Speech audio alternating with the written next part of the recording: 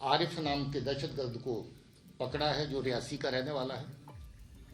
कटरा में जो बस में आग लगी ब्लास्ट के बाद, उसमें बहुत सी चीज़ें पुलिस वर्कआउट कर पाई थी, मगर उसकी एक तार अभी तक जुड़ नहीं रही थी, एक कड़ी अभी तक जुड़ नहीं रही थी कि वो आईडी फिट किसने करी बस के अंदर। इसने माना है कि वो आईडी इसी ने फिट करी थी।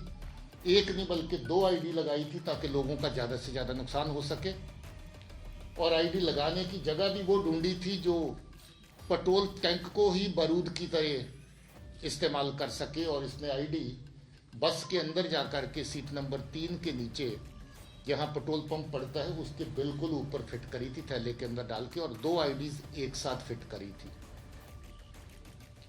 बात यहीं खत्म नहीं होती, एक आईडी और अभी इसके पास मौजूद थी, और उस आईडी का फोटो, और हो सकता है कि थोड़ी देर तक वो सही आईडी भी आपके साथ बाहर शेयर कर दी जाए। आप सब जानते हैं कि आतंक की जननी, दहशत की जननी जो हमारे पड़ोस में है, जो दुनिया भर में बदनाम है अपने सरजमीन से दहशतगर्दी चलाने और दहशतगर्द पैदा करने के लिए, अलग अलग तरह की तंजीमों को लंबे अरसे तक पालने के लिए, और आम जनता, बेगुनाह लोगों का दहशतगर्दी की कार्रवाइयों के जरिए से खून बहाने के लिए, इस बदनामी के दाग उनके चेहरे पे इतने लग चुके हैं कि अब वो छुपाए भी नहीं सकते, और पूरे मुल्क में, पूरी दुनिया में ये बदनामी के दाग जगह जगह चर्चा में आ रहे हैं। इसी तरह की इनकी वहशियाना, बुज़दिलाना, कायराना दहशतगर्दी की हरकतें जम्मू कश्मीर में बड़े लंबे अरसे से चल रही हैं। यहाँ पर बेगुनाह लोगों को अपने कार्रवाई का निशाना बनाया जाता है, और जहाँ का जो आपसी भाईचारा है लोगों का, across the regions, across the religions, across the communities, उसको किसी न किसी सूरत में धक्का पहुंचाने की, ठेस पहुंचाने की कोशिश की जाती है। इसी नीयत से, इसी गर्ज से पिछले कुछ अरसे से जम्मू प्रोविंस के एरिया में कुछ कार्रवाइयां दहशतगर्दी की अंजाम दी गई, जो बिल्कुल कम्युनल लाइंस पे हैं, सेक्टेरियन लाइंस पे हैं, और साथ ही साथ ये भी मकसद रखती हैं कि जम्मू में दम तोड़ चुकी जो दहशतगर्दी है उसको फिर से किसी तरीके से रिवाइव किया जाए, उसको फिर से जिंदा किया जाए। कल डीआईजी राजौरी पुंछ रेंज ने, जो वहाँ की पुलिस की एक बड़ी कामयाबी रही, जो आईडीज वहाँ पर जगह जगह पर लगाने का इनका मंसूबा था, उसको नाकाम किया गया। उसमें 3 लोगों की टुकड़ी जो पार बैठे दहशतगर्दी के आका, उनके इशारों पर राजौरी के एरिया को और कुछ जगहों पे आईडीज लगा के निशाना बनाना चाहती थी। डांगरी के इंसिडेंट के बाद वो पूरे का पूरा ग्रोह पकड़ा गया। उसके बारे में तफसील, डिटेल कल आप लोगों को मिल चुकी है। आज हम जम्मू के नरवाल में जो 2 आईडी ब्लास्ट 21 जनवरी को हुए थे, उसकी डिटेल आपके साथ साझा करने के लिए आए हैं। मैं सबसे पहले जम्मू पुलिस को, एसएसपी जम्मू, उनकी टीम को, एसपी साउथ, डीएसपी साहबान और एसएचओ और बाकी टीम के लोग जो हमारे पीछे खड़े हैं, उनको शाबाशी देना चाहता हूँ, मुबारक देना चाहता हूँ कि उन्होंने बहुत ही मेहनत के साथ इस केस को वर्कआउट किया है, और इस दहशतगर्दी की साजिश के पीछे कौन लोग शामिल थे उनको बेनकाब किया है। आप जानते हैं 21 जनवरी को रात को जो 2 बॉम्ब लगाए गए, 20 की रात को, जो 21 की सुबह फटे। रात को 7:30 बजे के आसपास पहला, और फिर उसके बाद दूसरा, और दोनों आईडीज के बीच में 20 मिनट का वक्फा इस तरीके से रखा गया कि जब पुलिस के लोग, सिक्योरिटी फोर्सेस के लोग वहां पर इमीडिएटली रश करते हैं, पहुंचते हैं, तो उनका बड़े से बड़ा नुकसान किया जा सके। और पहले में जब दुकानें खुलें, लोग जो दुकानदार आसपास अपना काम कारोबार करने वाले हैं उनको नुकसान पहुंचाया जा सके।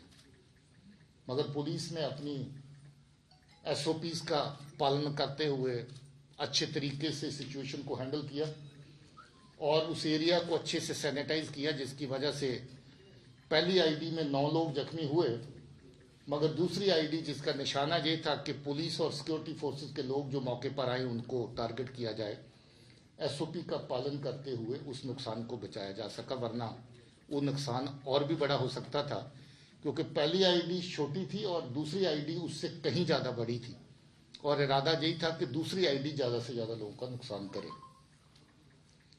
पुलिस ने बड़ी मेहनत के साथ आरिफ नाम के दहशतगर्द को पकड़ा है, जो रियासी का रहने वाला है, और इसकी तफ्तीश और इंटेरोगेशन के दौरान ये पता भी चला कि ये आज से नहीं बल्कि पिछले लगभग 3 साल से ये पार जो हैंडलर हैं, दहशतगर्दी को चलाने वाले जो लोग हैं लश्कर तौबा के, उनके साथ इसका तालमेल है। इसका मामा काफी सालों से कराची पाकिस्तान में जाकर के सेटल हो रखा है। मामे के जरिए इसके साथ राब्ता हुआ और फिर एक दहशतगर्दी तंजीम को जो पार से चलाने वाला कासिम नाम का आदमी है, वो भी रियासी का रहने वाला है। काफी लंबा अरसा पहले वो पाकिस्तान में जाके सेटल हुआ है और आज पाकिस्तान की दहशतगर्दी की जननी जो है उसका साथ दे रहा है, उसका समर्थक है, उनका सपोर्टर है और दहशतगर्दी की कार्रवाइयां पाकिस्तान में बैठ करके जहां पर करवाता है। कासम ने लंबा अरसा पहले कोई 19 में इसके साथ राब्ता साधा। आपको याद होगा शास्त्री नगर में एक आईडी हुई थी, वो अभी तक उसका करने वाला कौन था वो बेनकाब नहीं हो पाया था। यही आदमी है जो शास्त्री नगर में फरवरी 22 में आईडी हुई थी, यही आदमी शामिल था। आपको ये भी याद होगा कि कटरा में जो बस में आग लगी ब्लास्ट के बाद, उसमें बहुत सी चीजें पुलिस वर्कआउट कर पाई थी, मगर उसकी एक तार अभी तक जुड़ नहीं रही थी, एक कड़ी अभी तक जुड़ नहीं रही थी कि वो आईडी फिट किसने करी बस के अंदर। इसने माना है कि वो आईडी इसी ने फिट करी थी। एक नहीं बल्कि 2 आईडी लगाई थी ताकि लोगों का ज्यादा से ज्यादा नुकसान हो सके, और आईडी लगाने की जगह भी वो ढूंढी थी जो पेट्रोल टैंक को ही बारूद की तरह इस्तेमाल कर सके। और इसने आईडी बस के अंदर जाकर के सीट नंबर 3 के नीचे जहां पेट्रोल पंप पड़ता है उसके बिल्कुल ऊपर फिट करी थी, थैले के अंदर डाल के, और 2 आईडीज एक साथ फिट करी थी। बात यही खत्म नहीं होती, एक आईडी और अभी इसके पास मौजूद थी और उस आईडी का फोटो, और हो सकता है कि थोड़ी देर तक वो सही आईडी भी आपके साथ बाहर शेयर कर दी जाए। वो परफ्यूम आईडी है, बॉटल परफ्यूम की दिखती है और अगर गलती से आपने परफ्यूम के स्प्रे के माफक उसको दबा दिया, जब खोल दिया तो आईडी फट जाएगी और जिसके हाथ में आईडी होगी उसका मौके पर ही नुकसान हो जाएगा। जो पहली आईडीज अभी तक इस्तेमाल करी जो शास्त्री नगर में हुई वो टाइमर वाली डिवाइस थी। जो कटरा की बस में आईडी लगाई गई वो स्टिकी बॉम्ब की फॉर्म में थी, जो थोड़ा बड़े साइज में स्टिकी बॉम्ब हमने कठुआ में बरामद किए थे, जिसमें 450 ग्राम के करीब करीब एक्सप्लोजिव मटेरियल रहता है। और जो जहां पर लगाई आईडी एक 750 ग्राम की थी पहली आईडी, और जो दूसरी थी उसका वजन 1 किलो से भी ज्यादा था। टिफिन आईडी थी, स्टील टिफिन आईडी थी। और जो अभी आईडी पकड़ी है मैंने आपको बताया कि वो परफ्यूम आईडी की तरह है। जहां पर कोशिश है कि जो दहशतगर्दी के आर पार से कार्रवाई होती है उसमें जो लोग इन्वॉल्व हैं उनके खिलाफ सख्त कार्रवाई हो। पिछले काफी अरसे से हम लोग एक एक दहशतगर्द तंजीम को जिन्होंने दहशतगर्दी की कार्रवाइयों में जहां पर हिस्सा लिया उनके डोजियर तैयार किए और उन सब तंजीमों को जो दहशतगर्दी को जहां पर चलाते हैं उनको बैन करने की कार्रवाई गवर्नमेंट ऑफ इंडिया की सतह पर की गई। लगभग 1 दर्जन ऐसी ऑर्गेनाइजेशंस हैं जिनको अभी तक बैन किया गया है, जो दहशतगर्दी की कार्रवाइयों में सम्मिलित होने के लिए नोटिफाई किया गया है कि ये दहशतगर्दी चलाने वाली ऑर्गेनाइजेशंस है। और ऐसे ही लोग जो इनफरादी तौर पे, इंडिविजुअल तौर पे दहशतगर्दी की कार्रवाइयों में शामिल हैं, 22 के करीब पिछले 2 साल के अंदर ऐसे लोग नोटिफाई किए गए हैं एज टेररिस्ट। वो कार्रवाई भी बराबर जारी है और उस कार्रवाई को भी आगे जिंदा रखा जाएगा। इसमें हैरत की बात यह है कि ये दहशतगर्दी की कार्रवाई आरिफ जो कर रहा है ये सरकारी मुलाजिम भी है। 2010 में रहबर तलीम में भर्ती हुआ था, 2016 में रेगुलर टीचर बना, सरकार की तनख्वाह भी ले रहा है, सरकार के टुकड़ों पे पल भी रहा है और साथ ही साथ कुछ और टुकड़ों के लिए अपने लोगों को नुकसान भी पहुंचा रहा है। पता चला कि इसको पहली आईडी लगाने और फोड़ने के बाद कुछ नगद रकम मिली थी, कटड़ा की आईडी लगाने के बाद भी इसको कुछ रकम दी गई थी और अभी जे आईडी लगाने में भी इसको ऐसा ही फायदा दिया गया। अब ये देखिए कि किस हद तक ये चीज एक एक चंद टुकड़ों के लिए लोगों की जान के साथ खिलवाड़ करना, लोगों का नुकसान पहुंचाना, ये सही लगता है, मगर शर्म की बात है इसके लिए कि ये दहशतगर्द सरकारी मुलाजिम भी है। अब इसकी मुलाजिमत तो जाएगी जाएगी, इस केस में भी इसको अंजाम जो है भुगतना पड़ेगा। आज आपको मनाने के लिए हम लोगों ने इस हादसे में जो लोग जख्मी हुए थे उनको भी लाया है, तो आप इस प्रेशर के बाद उनके साथ मुलाकात भी कर सकते हैं कि उनके जज्बात, उनकी फीलिंग क्या है। और हम चाहते भी थे कि उनको जब इंसाफ मिले तो उनको पता चले कि जम्मू कश्मीर पुलिस जो है वो उनके लिए कितनी ये जरूरी था कि इस केस को वर्कआउट किया जाए। मैं इस टीम को अच्छे से गाइड करने के लिए, इस टीम को दिन रात जो मेहनत कर रही थी, इसको पल पल इनका हैंड होल्डिंग और इनकी सपोर्ट करने के लिए जो सीनियर ऑफिसर हैं, डीआईजी रेंज हैं, एडीजी जम्मू हैं मुकेश साहब, इनको भी मुबारकबाद देना चाहता हूँ, कॉम्प्लीमेंट करना चाहता हूँ। ये बहुत तकड़े टीम वर्क का नतीजा है कि ये केस वर्कआउट हो पाया, वरना ये केस इसलिए भी मुश्किल था कि इस बंदे ने अपने कपड़े तक जला दिए, कोई एविडेंस इसने छोड़ा नहीं, जूते भी जला दिए जो पहन के गया था, कपड़े जला दिए जो गया था, फोन अपना तोड़फोड़ करके आग लगा के उसको जला दिया। ये चाहता ही नहीं था कि कुछ सुराख वहां पर बचे, मगर जो जम्मू पुलिस की जो टीम लगी हुई थी उसकी काबिलियत है, उनकी मेहनत है कि उन्होंने छोटे मोटे हर एविडेंस को खंगाल करके, हर छोटी मोटी लीड को आगे बढ़ा करके पहुंचते पहुंचते इस तक पहुंचे और इसको आखिर पकड़ा गया। इस इंसिडेंट के बारे में इतनी ही मालूमात आपके साथ शेयर करनी थी। इसके अलावा आपका कोई सवाल हो तो आप बता सकते हैं। पकड़े गए हैं, गवर्नमेंट एम्प्लॉइज कितने हैं? बताया जा रहा है 2 गवर्नमेंट टीचर हैं इसमें।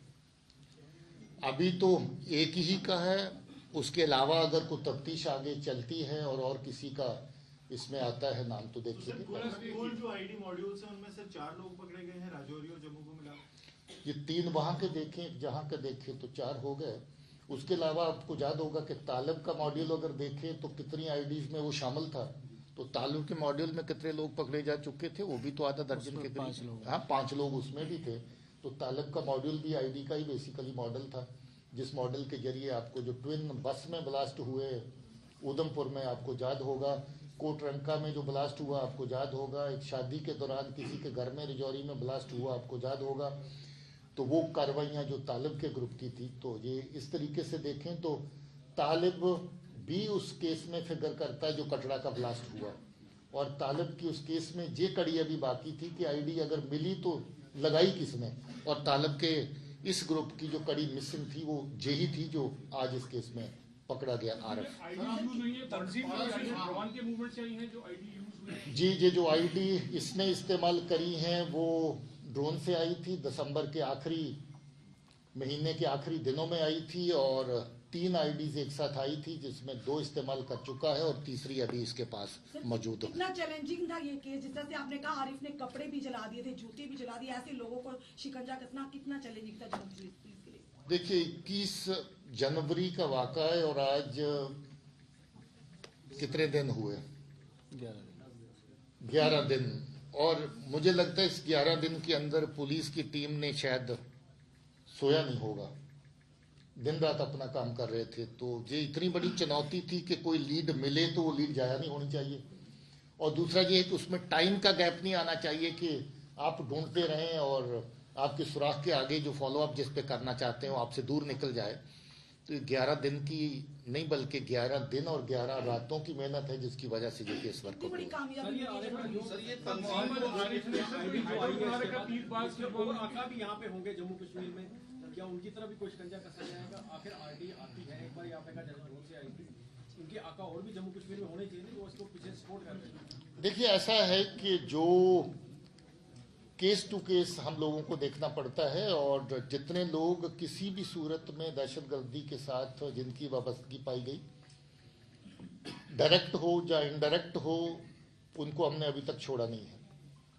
और इसके अलावा भी अगर कोई होगा तो उसके ऊपर भी शिकंजा कसा जाएगा, किसी को बख्शा नहीं जाएगा, किसी को छोड़ा नहीं जाएगा। मगर इस तरह का कोई ऑर्गेनाइज्ड तंजीम जहां पर बैठ करके कार्रवाई कर रही है, ऐसा सामने नहीं आया है। एक मॉड्यूल है जो तालिब का था, एक मॉड्यूल है जो रिजौरी का था, और ये भी एक मॉड्यूल का हिस्सा था जो जहां पर ये बतौर दहशत ऑर्गेनाइजेशन कौन सी है सर? आरिफ की और पीरबाग सुरजवा में कोई इसने हाइडआउट बना रखा है, सुनने में आया? मेरे ख्याल में कोई ऐसा नहीं चीज सामने आई है। वो कहीं इसने अपना सामान छुपाने के लिए कुछ जगह आगे पीछे इस्तेमाल करी, वो पुलिस ने ढूंढ ली है और उसके ऊपर कार्रवाई हो गई है। ऐसा कोई हाइडआउट वाला नहीं है सर। तंजीम लश्कर तौबा है, मैंने पहले ही जिक्र किया है कि लश्कर तौबा है, और इसका पार बैठा जो आका हैंडलर है वो कासम है। जे भी रियासी का रहने वाला है और कासम भी रियासी का रहने वाला है, और इसका मामा कमरदीन है। कमरदीन भी इस वक्त कराची में बैठा है, जिसके जरिए से ये इसका राबता दहशतगर्दी तंजीमों के साथ शुरू हुआ। 19 में शुरू हुआ था और अभी 23 तक ये 3 कार्रवाइयां अंजाम दे चुका है, जिसमें शास्त्री नगर, कटड़ा और अभी ये आपका लेटेस्ट दरवाल वाला परफ्यूम आईडी आपने कहा कि एक्टिव परफ्यूम आईडी मिली है, क्या ये पहली बार यहाँ पर यूज हुई और कितनी इंटेंसिटी की आईडी? पहली बार इस तरह की आईडी अभी तक हम लोगों ने पहले रिकवर नहीं करी है, और कम से कम इसका जितना तो है कि अगर इंसान उठा के इसको एक बार थोड़ा सा प्रेस कर देगा, जो खोलने की ऊपर डांट को कोशिश करेगा, इट विल गो ऑफ, और जो आदमी हैंडल कर रहा होगा उसको तो बहुत ज़्यादा नुकसान पहुंचा सकती है। अभी हमने इसके साथ छेड़छाड़ नहीं करी क्योंकि हम भी वाकफ नहीं है, इसको जो स्पेशलिस्ट टीम है वही देखेगी। लोगों के लिए आपने कहा, लोगों को शुक्रिया कहना चाहते हैं। लोगों को ये भी कहना चाहते हैं कि जम्मू कश्मीर पुलिस आपकी हिफाजत के लिए, आपकी सुरक्षा के लिए हमेशा तत्पर है, हमेशा कोशिश कर रही है। ये भी कहना चाहते हैं कि जब आप सोते हैं जम्मू कश्मीर पुलिस जागती है, और ये कोशिश रहती है कि हम लोग जाग करके आपकी नींद जो है उसको जो है सुरक्षित कर सकें, और ऐसी को गलतफहमी न रहे कि जम्मू कश्मीर पुलिस किसी जगह पे अपनी एफर्ट में कोई कमी छोड़ रही है। फिर भी जो अवाम के दुश्मन हैं, लोगों के दुश्मन हैं, उनको पहचानना, उनके खिलाफ कार्रवाई करना हमारा और अवाम का, हमारा और लोगों का मिलाजुला काम है। इसमें भी लोगों ने बहुत सहयोग दिया। आगे भी उम्मीद करते हैं कि जम्मू कश्मीर पुलिस को लोगों का सहयोग मिलेगा।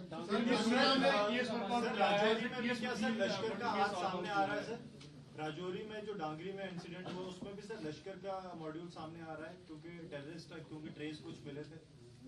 हम लोग उस केस को काफ़ी शिद्दत से जो भी लीड मिल रही है उसके ऊपर काम कर रहे हैं। मेरे ख्याल में सही वक्त आने पर हम उसकी डिटेल आप सब लोगों के साथ शेयर करेंगे। एक आखिरी सवाल रहेगा आपकी ओर कि उन लोगों को क्या चेतावनी देना चाहते हैं जो आतंकवादियों का समर्थन करते हैं या ऐसी सोच रखने वालों का साथ हमेशा देते हैं? उनको चेतावनी देने की जरूरत नहीं है, उनके खिलाफ कार्रवाई की जाएगी, और उनको ये समझ लेना चाहिए कि किसी भी तरीके से कानून के शिकंजे से कोई बच नहीं सकता है। वो छुपा रह सकता है कुछ देर के लिए, मगर आज नहीं तो कल वो बिल्कुल बेनकाब हो जाएगा और कानून अपना काम करता है। पुलिस जिसकी जिम्मेवारी कानून को नाफिज करने की है,